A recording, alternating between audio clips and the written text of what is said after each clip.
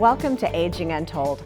There's nothing controversial about a terminally ill patient fighting to survive. But what about those who are fighting to pass on their own terms?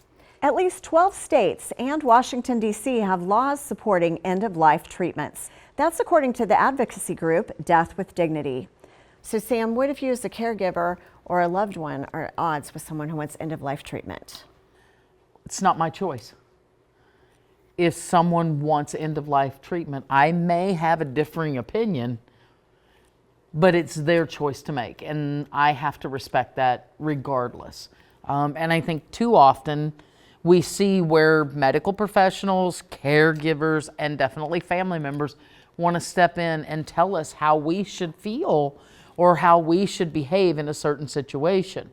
We're allowed to give information, but we have to respect that that person has a right to choose their own destiny.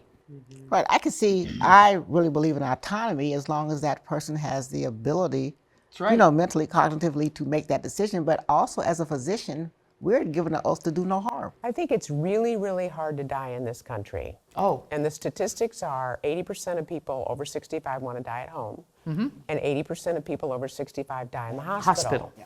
So I think what people don't understand is that you have an acute care system that is designed to fix, treat, cure, and you want to die. And so you go into the hospital, well, they're geared up to make you better. So the trick is not to interact with the acute care system if you really want to die. And that's where the rub happens. Like you were saying earlier, Sam, I don't run into as many people want to die and do it proactively. That would be very, very difficult for me. On a personal level, I do believe in autonomy, but I see it more often in the interactions with the healthcare systems. It's really hard to die on your own terms. Right. That's And I think people, as much as we fear dying, we fear loss of control even more. And pain and suffering. And pain and suffering. And so being able to be the king of your own castle, basically making your own choices, makes sense. And you're absolutely right. We don't give aid to dying on our own terms often enough and frequently enough. I mean, look at that case. I don't know if you guys remember in 2014, Brittany Maynard. And she lived in California. She was diagnosed, she was young. She was diagnosed with terminal brain cancer. And we didn't have laws in California at the time. And so she had to move to Oregon because she made the choice. And she was the movement that really started the trend that allowed for the medical aid in dying across the nation. And while, morally, ethically, I can't impress my morals on someone else. I can't impress my ethics. And I certainly can't impress my own choices. And, you have to respect that she made a choice. I think it's important, the one thing that you said that's really stuck, and I think people need to understand, the hospital is really for an acute. It really is. It's for something happened, I need help right now, and you can help me. It's not really for you to be in a chronic medical conditions. And I think that's where the differentiation comes from. We have a problem with mortality. We really do. We don't like to accept mortality. We want to think of ourselves, and we've always wanted to think of ourselves as immortal, and we're going to live forever, and we're going to live forever healthy. And the reality is it slaps us in the face. So I'm going to bring it back because that acute conversation and being able to die is very important, and that'll be an ongoing topic. But specifically this, choosing that I want to die, I can respect and understand autonomy. I do, though, have a real challenge with it because how I feel is that we could be putting subtle pressure on vulnerable populations that think, well, maybe if Brittany did it, maybe if others are doing it, maybe if laws are being passed, then maybe I should start thinking about it because of the condition that I'm in. And I would not want my loved one to feel like they were a burden.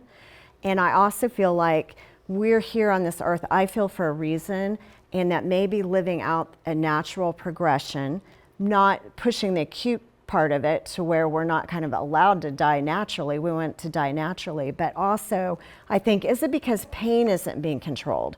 We have palliative care, we have hospice care. So what's going wrong that this pain is not controlled? And is there something that we can do? We need advocates that are helping us make sure that we're getting the care that we really need. I think it's a brave thing you're saying, because I think everybody says everybody has their own choice, but I think it's a brave thing you're saying, and I think it needs to be addressed. I think the value of having, people in your life that you can use as mentors, as coaches, as people, as just that would help you come to terms with, one, your diagnosis, and two, how do you really want to, somebody objective. I mean, I'm not going to talk to my husband about that. He's not objective. Right. So what do you fear most? Well, I fear pain and suffering. I do. That's what the hospice program's there for, is to control that pain and suffering. Once you've admitted to hospice, you can say, you know what, no, I've changed my mind. I want to go back to the hospital. I want to be treated. I want to continue treatments for this. And so it's not like you sign on the bottom line and it's all or none. It's all or none. So hospice doesn't take away the autonomy, which is what this is all about anyway. We're talking about people that have the cognitive ability to make those decisions over themselves, and they should have a right to make the decision that's going to fit them the best. Well, especially if they're informed. As long as and it's they really informed. know how we can allow natural death. You just don't know, though, at that last moment, the last hug, the last reconciliation, what it could mean for a loved one, a friend, an ally, or for yourself, maybe that last prayer. And I don't think maybe we need to decide to cut it short, that we can just be informed and have this planned a little bit better.